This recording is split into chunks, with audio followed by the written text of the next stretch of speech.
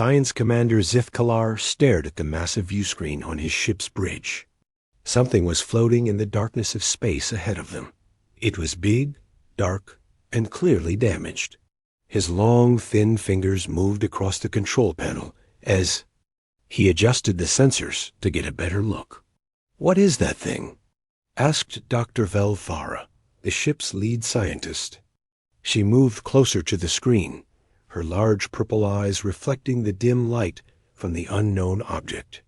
"It appears to be a vessel," replied engineering specialist Crindle, "but I have never seen anything like it before. The design is ... strange." The object was a warship, that much was clear. It was about 800 meters long and shaped like a thick arrow. Dark metal covered its hull, and bright scars ran across its surface where weapons had hit it. Parts of the ship were completely destroyed, with twisted metal sticking out like broken bones. Zethkalar had been exploring this part of space for 3 years now. His people, the Catherians, were known throughout the galaxy for being smart and curious. They loved to study new things, especially technology from other worlds. This damaged ship was exactly the kind of mystery they enjoyed solving. "Can you identify what species built it?" Zethkalar asked. Crindle worked at his station for several minutes, running scans and checking databases. Finally, he looked up, with surprise on his face. "Commander, this ship belongs to a species called humans. They are new to our part of the galaxy. We have very little information about them." "Humans," Zethkalar repeated slowly. He had heard the name before, but knew almost nothing about them. "Are there any life signs?" "No, sir. The ship appears to be abandoned. But there is something odd. Some of its systems are still working, even though it looks almost destroyed."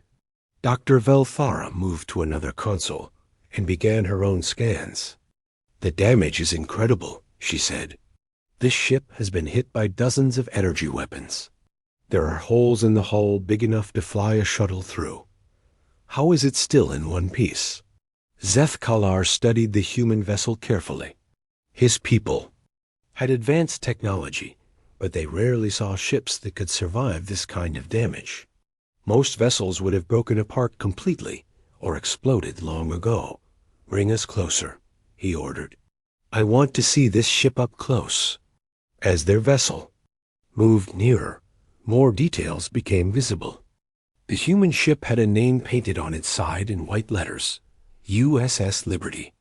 Weapon ports lined its hull, and what looked like armor plating covered critical areas. Despite all the damage, the ship somehow looked dangerous, like a wounded animal. "That might still bite."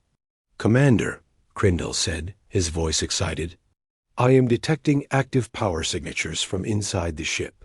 Something is definitely still working in there." "Weapons?" Zethkalar asked quickly. "Some of them, yes.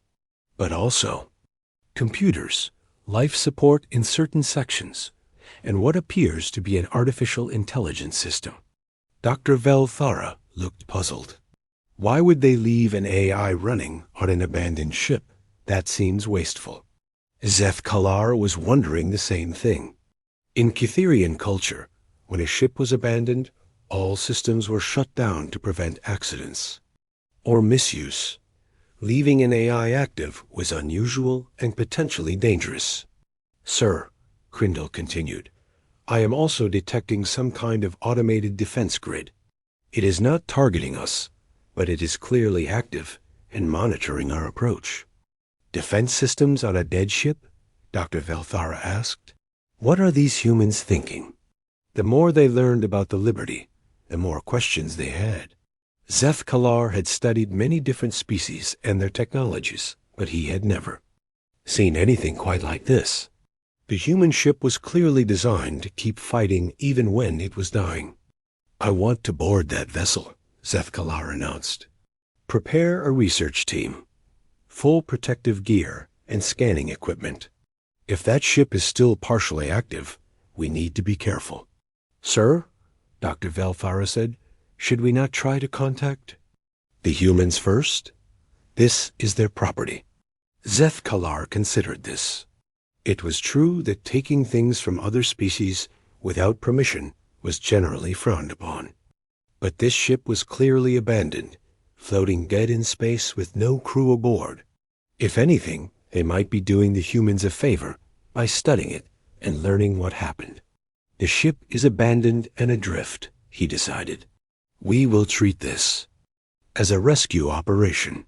If we find anything valuable or important, we will contact the humans and return it to them. Dr. Velthara nodded, though she still looked uncertain. What if the ship's defenses activate against us? Then we will retreat immediately, Zeth-Kalar replied. But I think our chances are good. The ship is badly damaged, and we are clearly not attacking it. Any reasonable I should recognize that we are not a threat. As they prepared to board the human vessel, none of the Catherians realized they were about to make a discovery that would change everything they thought they knew about warfare, survival, and the nature of intelligence itself. The Liberty was more than just a damaged ship floating in space. It was a window into the mind of a species that thought about conflict in ways that would terrify anyone who truly understood them. The boarding party gathered their equipment and prepared to enter the alien vessel, eager to solve the mystery of the humans and their strange, impossibly tough warship. The airlock sealed behind them with a soft hiss. Dr. Velthara looked around the human ship's corridor and felt confused immediately. The hallway was much wider than it needed to be, with thick metal plates covering the walls. Strange boxes and panels were built into every surface, and she could not figure out what most of them were for. This is very odd, she said to engineering specialist Krindal, who was scanning the walls with his equipment. Why would they make the corridors so wide? It wastes space. Krindal looked up from his scanner, frowning. These are not just corridors, he said slowly. Look at these panels in the walls. They contain weapons, medical supplies, and repair tools. This hallway is designed to be used as a fighting position. Dr. Velthara stared at him. Fighting position? Inside their own ship? Yes, see these metal plates? They can be moved to create cover. And these small holes in the walls, they are firing ports. Someone could shoot through them while staying protected. This made no sense to Dr. Velthara. Why would anyone design a ship expecting to fight battles inside it? When Catherian ships were attacked, they either won the battle or surrendered. The idea of fighting room by room inside your own vessel seemed insane. They moved deeper into the ship, following the emergency lighting that still worked despite all the damage. In every room they entered, they found more things that confused them. The medical bay had supplies scattered everywhere, but not because of the battle damage. The supplies were deliberately placed in dozens of different locations. Look at this, Dr. Velthara said, opening a cabinet. Medical equipment in the kitchen. More medical supplies in the storage room. Even more in what looks like a janitor's closet. Why spread everything around like this? Krindal was examining a computer terminal that still had power. After working on it for several minutes, he managed to access some of the ship's records. His face grew pale as he read. Dr. Velthara, you need to see this. These are the captain's logs from their final battle. She moved to look over his shoulder. As he played the recording, a human male appeared on the screen. He looked tired and had a bandage on his forehead, but his voice was calm and steady. Captain's log, USS Liberty, Day 3 of the engagement. We are still outnumbered 8-1, but the crew continues to perform magnificently. Commander Brooks has managed to repair the main sensor array twice now, and Lieutenant Williams has somehow kept our engines running at 110% capacity for 6 hours straight. Dr. Velthara blinked in surprise. 6 hours at overload capacity? That should destroy the engines. The engagement has lasted 3 days, Krindal pointed out. 3 days of continuous fighting against 8 enemy ships. How is that possible? They continued watching. The human captain, whose name was Jake Morrison according to the file, kept talking about repairs made during combat, crew members returning to duty after being wounded, and systems that should have failed but somehow kept working. Chief Harper has prepared the ship for boarding operations, Captain Morrison continued. Every deck has been rigged with his special surprises. If they want this ship, they will have to pay for every meter of it. The recording ended, and Dr. Valthara stood in shocked silence. Rigged with surprises? What does that mean? Crindle was already searching through other files. He found reports from someone called Major Tom Harper, the ship's security chief. As he read, his expression grew more and more disturbed. They have turned their entire ship into a trap, he said quietly. Every room can be sealed off individually. Every corridor can be filled with gas or flooded with water. They have hidden weapons everywhere, and explosives that can be triggered to destroy sections of their own ship if enemies take control of them. Dr. Velthara felt sick. They would destroy parts of their own ship, with their own people inside? According to this, it was considered normal procedure. They call it scorched earth tactics. If they cannot hold an area, they make sure. The enemy cannot use it either. They found more records as they explored.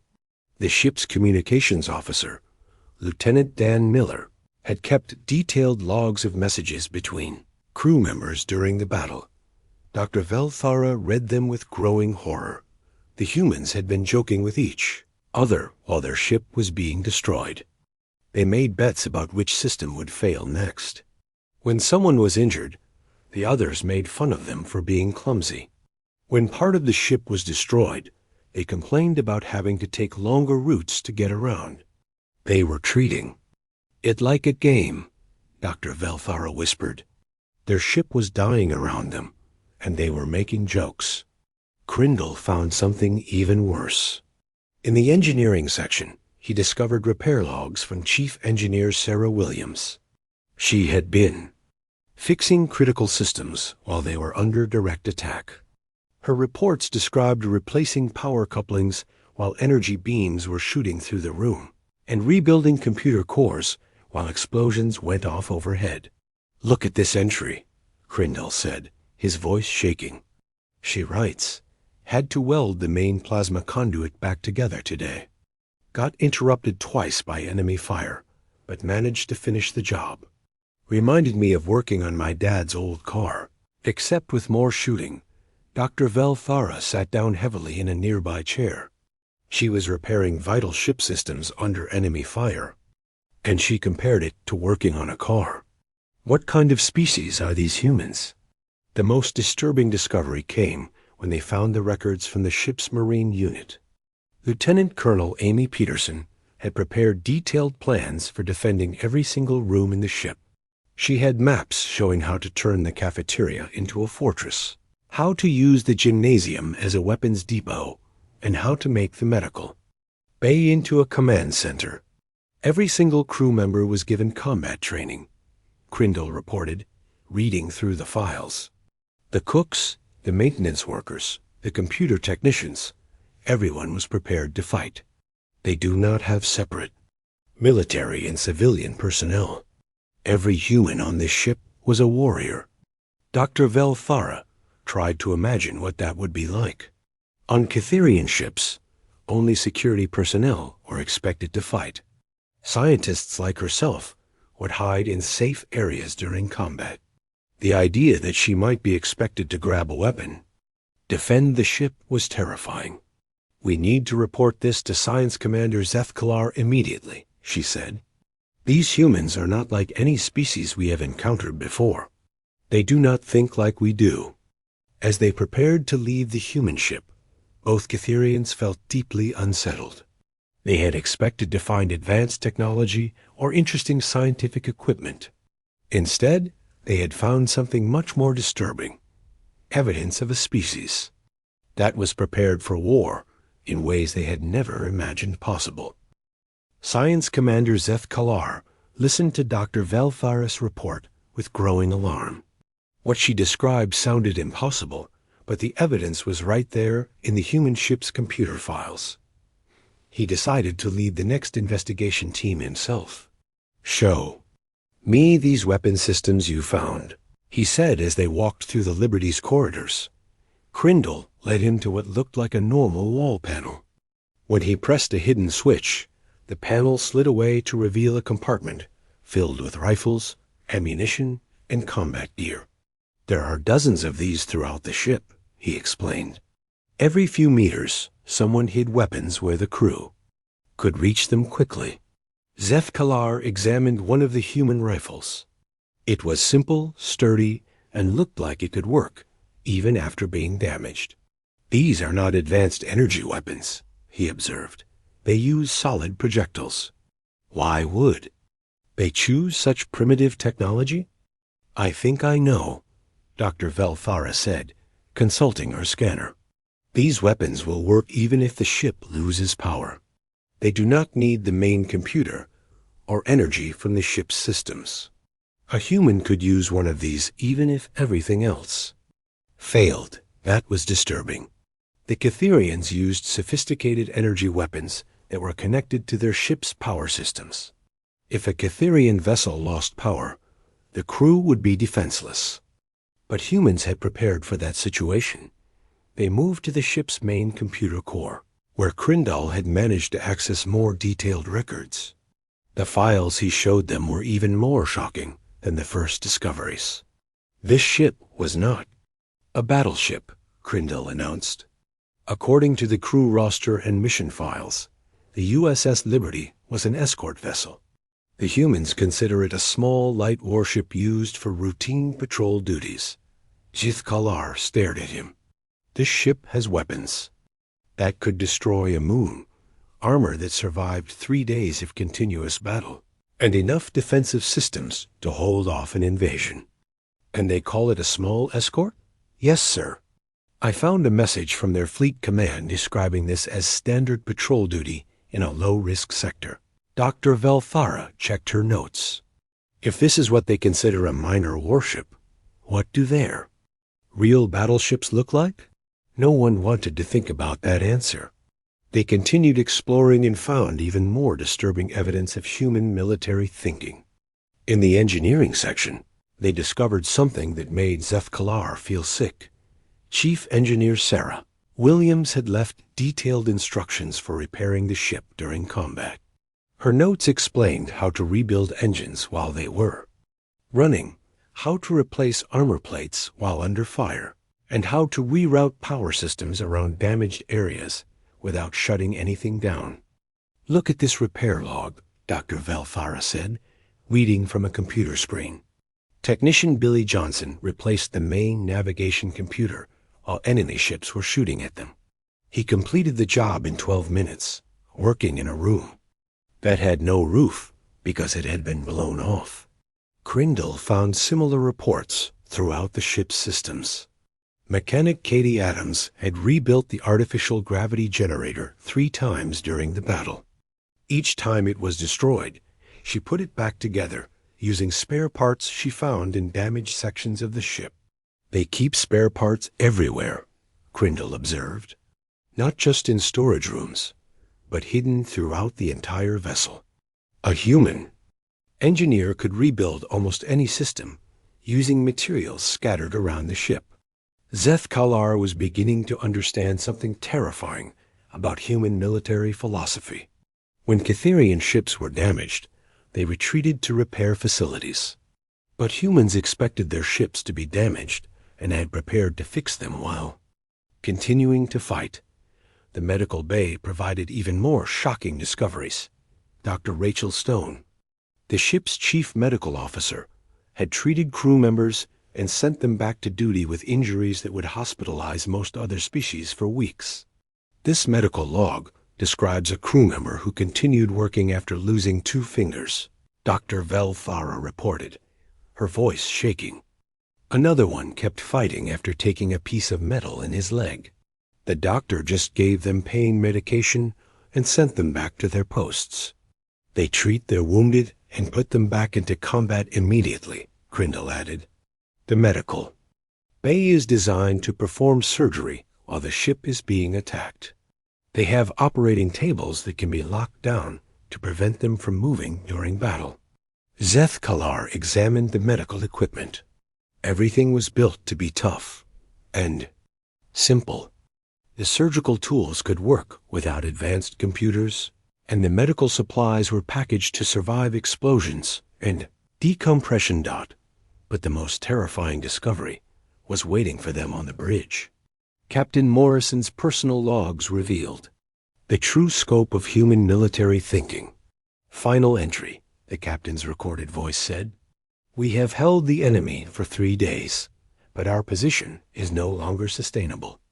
The evacuation order has been given, but before we leave, we will ensure this ship serves humanity one last time.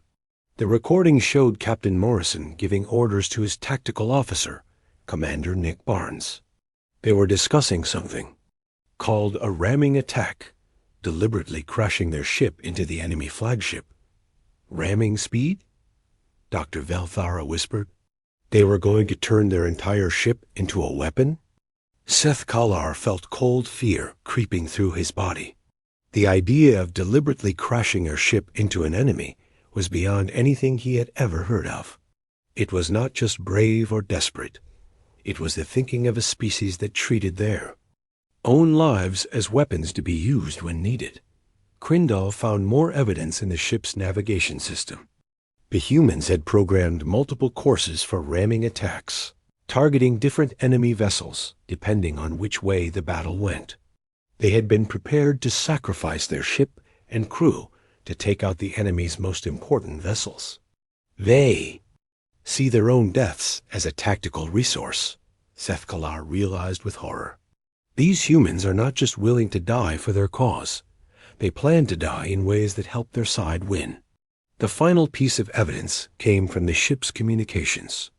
Array, Lieutenant Dan Miller had sent a final message to Human Fleet Command just before the evacuation. His words made Zeth Kalar's blood run cold. Mission accomplished, the message said. Enemy capabilities confirmed. Weaknesses identified. Recommend immediate implementation of Tactical Plan 77 Alpha. The Liberty's sacrifice will not be in vain. Dr. Velthara looked confused. Sacrifice? But they survived. The crew evacuated. Zeth Kalar understood what she was missing. The ship was the sacrifice, not the crew. They used their vessel as a weapon to gather information about their enemies. The entire battle was a reconnaissance mission disguised as a last stand.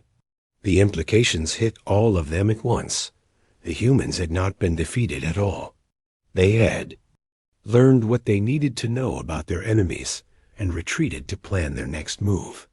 The USS Liberty had been expendable from the beginning, a tool used to study enemy capabilities. As they prepared to leave the human vessel, Zeth Kalar realized they had discovered something far more dangerous than advanced technology or powerful weapons. They had found evidence of a species that thought about war in ways that made them nearly unstoppable. Science Commander Zeth Kalar knew they needed to understand the humans better before making any decisions.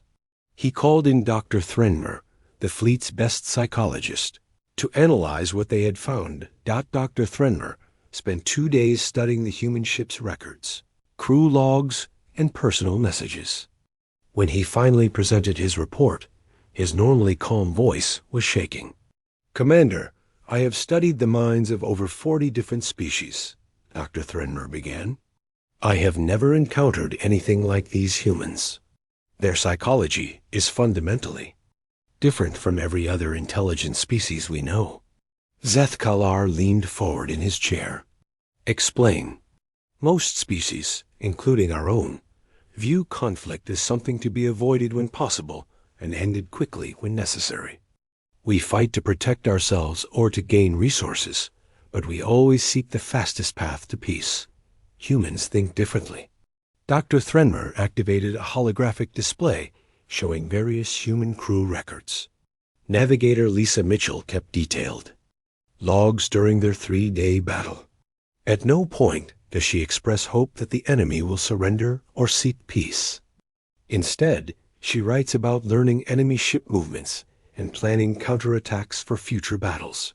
Future battles? Dr. Velthara asked. But their ship was being destroyed. That is exactly my point, Dr. Threnmer replied.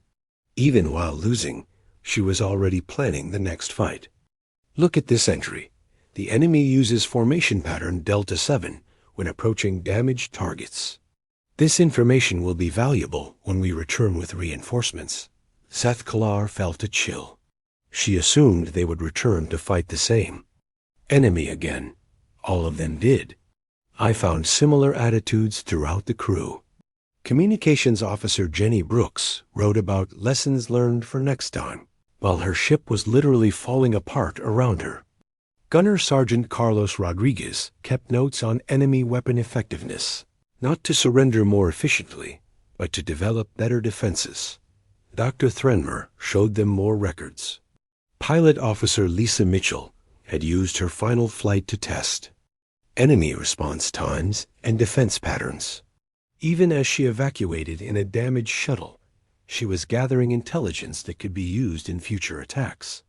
They treat every defeat as education, Dr. Threnmer continued. In their minds, losing a battle is just another way to prepare for winning the war. The psychologist brought up audio records from the ship's internal communications. Zeth Kalar listened to human crew members talking to each other during the battle, and what he heard made no sense. Why are they laughing? He asked.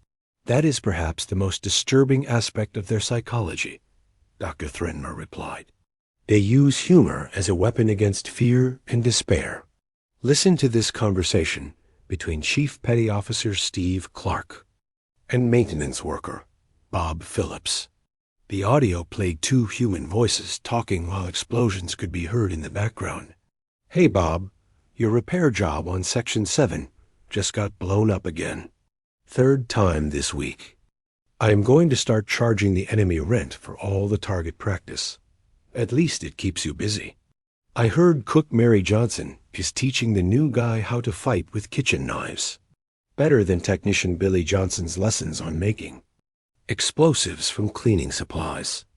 Zeth Kalar stopped the recording. They are joking about their ship being destroyed and learning to make weapons from cleaning supplies?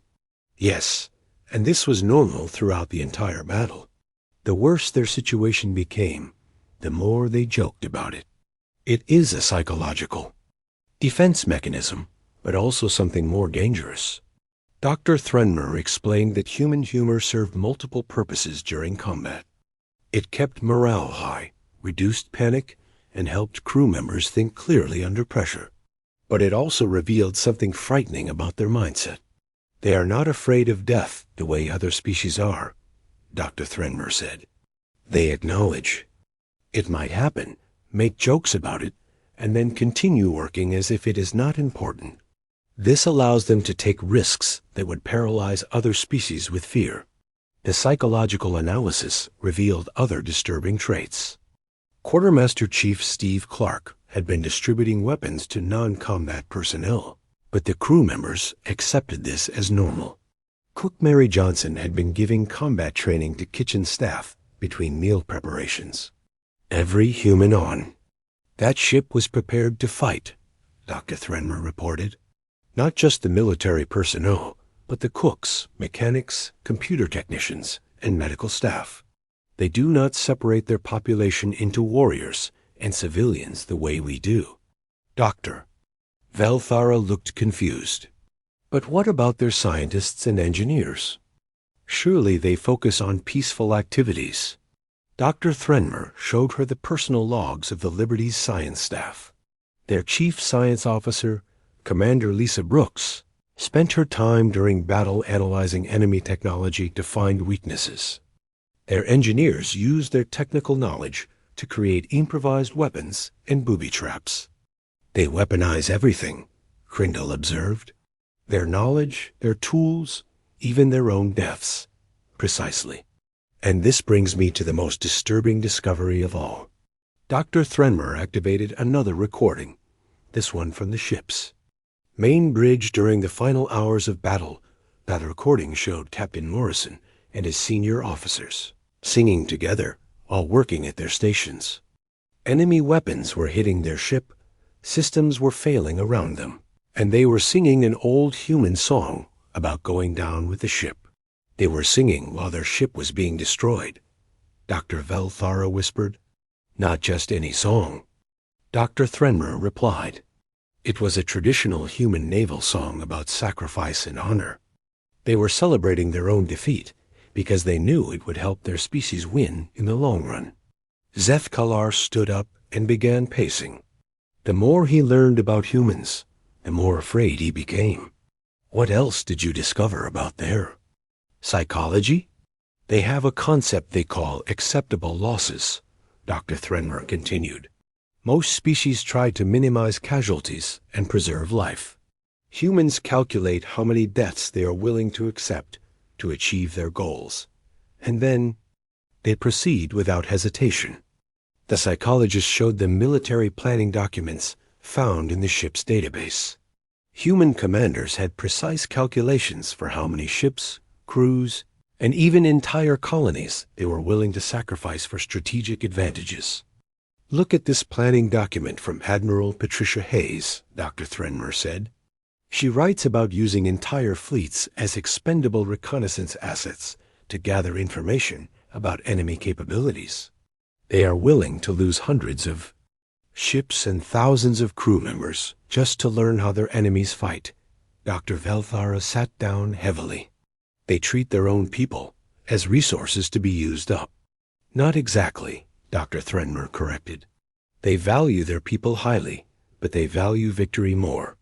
Every human knows they might be asked to sacrifice their life for the greater good, and they accept this as normal and necessary.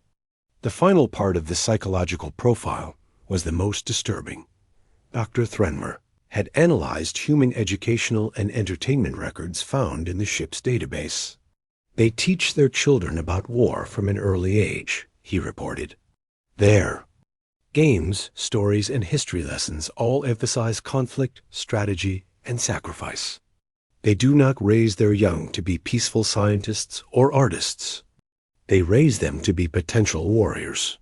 Zeth-Kalar realized the true horror of what they had discovered. The humans were not just a military species. They were a species that had turned their entire civilization into a weapon. Every human was a potential soldier. Every tool was a potential weapon, and every defeat was preparation for the next battle.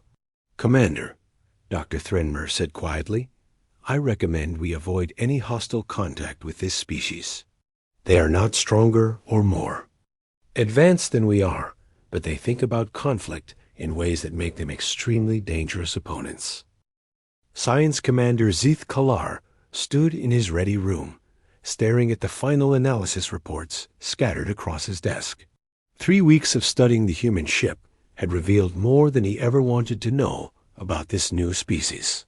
Now he had to write a report that would change how the entire galaxy viewed humanity. Dr. Velthara entered the room carrying the last batch of files from the Liberty.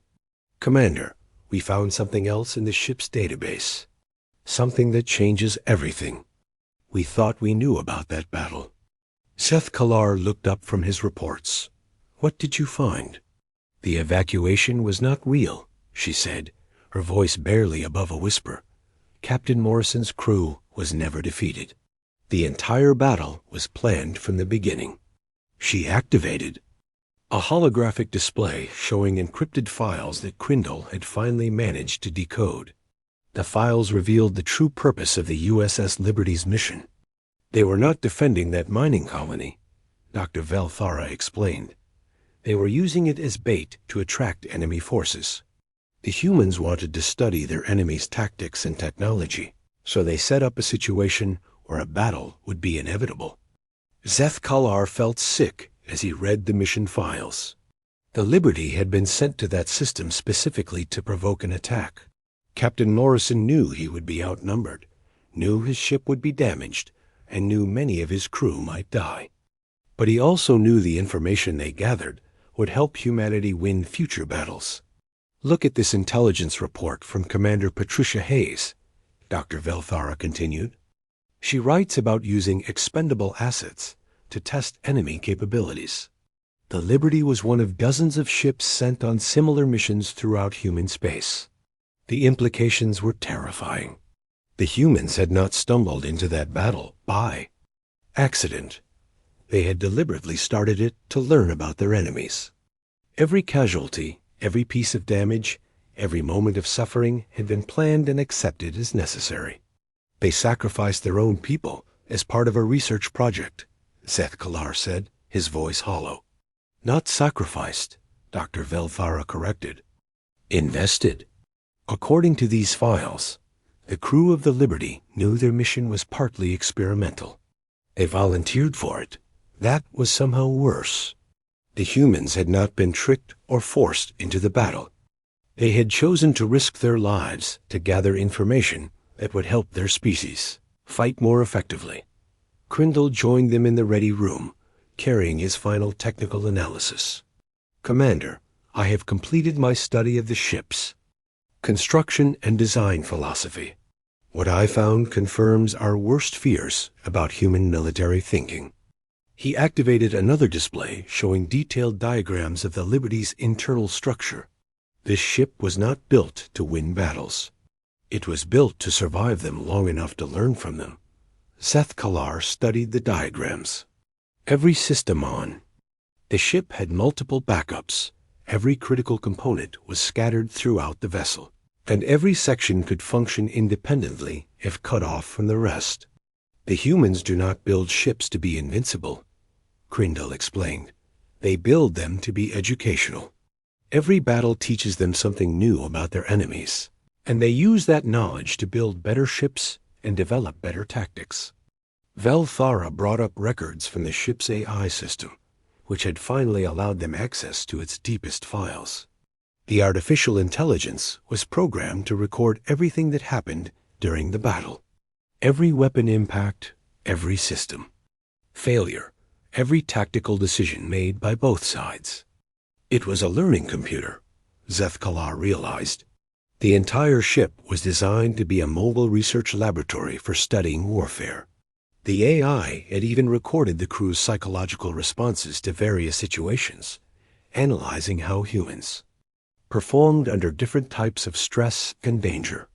The information would be used to train future crews and improve their effectiveness in combat. But the most disturbing discovery came when they found the ship's real mission orders hidden in files that required the highest security clearance to access. Dr. Velthara read them aloud, her voice shaking. Primary objective: engage unknown hostile forces and determine their capabilities, tactics, and weaknesses. Secondary objective: test human crew performance under extended combat conditions. Tertiary objective: evaluate ship systems under battle. Stress. Seth Kalar sat down heavily. The mining colony was never the real target. The battle itself was the mission. Crindle nodded grimly. And according to these files, it was not the only mission of its type. The humans have been conducting similar operations throughout their territory for years. The files reveal the massive intelligence-gathering operation. Humans had been deliberately provoking conflicts with various species, not to conquer territory or gain resources, but to study their enemies and learn how to fight them more effectively. They have detailed files on over 50 different species, Dr. Velthara reported. Military capabilities, tactical preferences, technological limitations, even psychological profiles. They know exactly how to fight wars they have never actually started. Seth Kalar realized the true scope of human preparation for conflict. They were not just ready for war. They were actively studying every potential enemy they might someday face. The Liberty's mission had been one small part of a galaxy-wide intelligence operation. Look at this planning document, Crindle said, pointing to another file. They have war plans for conflicts with species they have barely made contact with. They are preparing to fight civilizations they have never even met. The document outlined detailed strategies for fighting the Cytherians based on intelligence, gathered from diplomatic meetings and trade negotiations. The humans had been analyzing their new galactic neighbors from the moment they met them, looking for weaknesses and developing tactics to exploit them. They see every species as a potential enemy, Dr. Velthara observed. Even their allies are studied as future opponents. Zethkalar stood up and walked to the window, staring out at the damaged human ship floating in space nearby. We need to warn the High Council immediately. This species is more dangerous than anything we have ever encountered. He began composing his final report, choosing his words carefully. The galaxy needed to understand what they were dealing with. The humans are not conquerors in the traditional sense, he dictated to the computer. They do not seek to rule other species or take their territory. Instead, they are preparing for a war that may never come, against enemies who may never attack. He paused, trying to find words for what he had learned. They have turned their entire civilization into a weapon that exists in a permanent state of readiness. Every human is a potential soldier, every ship is a potential battlefield, and every defeat is a lesson for future victory. The report continued for several pages, detailing everything they had discovered about human military psychology, technology, and strategic thinking. But Zethkalar's final recommendation was simple and direct. Do not fight the humans. They are not the strongest species in the galaxy, nor the most advanced. But they are the only species that treats peace as preparation for war. They have weaponized their entire culture, and they are always ready to use it. As he transmitted the report to the Cytherian High Council, Zethkalar knew it would spread throughout the galaxy within days. Every major civilization would learn about the terrifying discovery made aboard the USS Liberty. The humans had revealed themselves to be something unprecedented in galactic history, a species that was perpetually at war, even during times of peace. They were not evil or aggressive, but they were prepared for conflict in ways that made them nearly impossible to defeat. And somewhere in human space, more ships like the Liberty were gathering intelligence, testing enemy capabilities, and preparing for battles that might not happen for decades. The galaxy had gained a new neighbor, and every other species would have to decide how to deal with the most dangerous peaceful civilization they had ever encountered.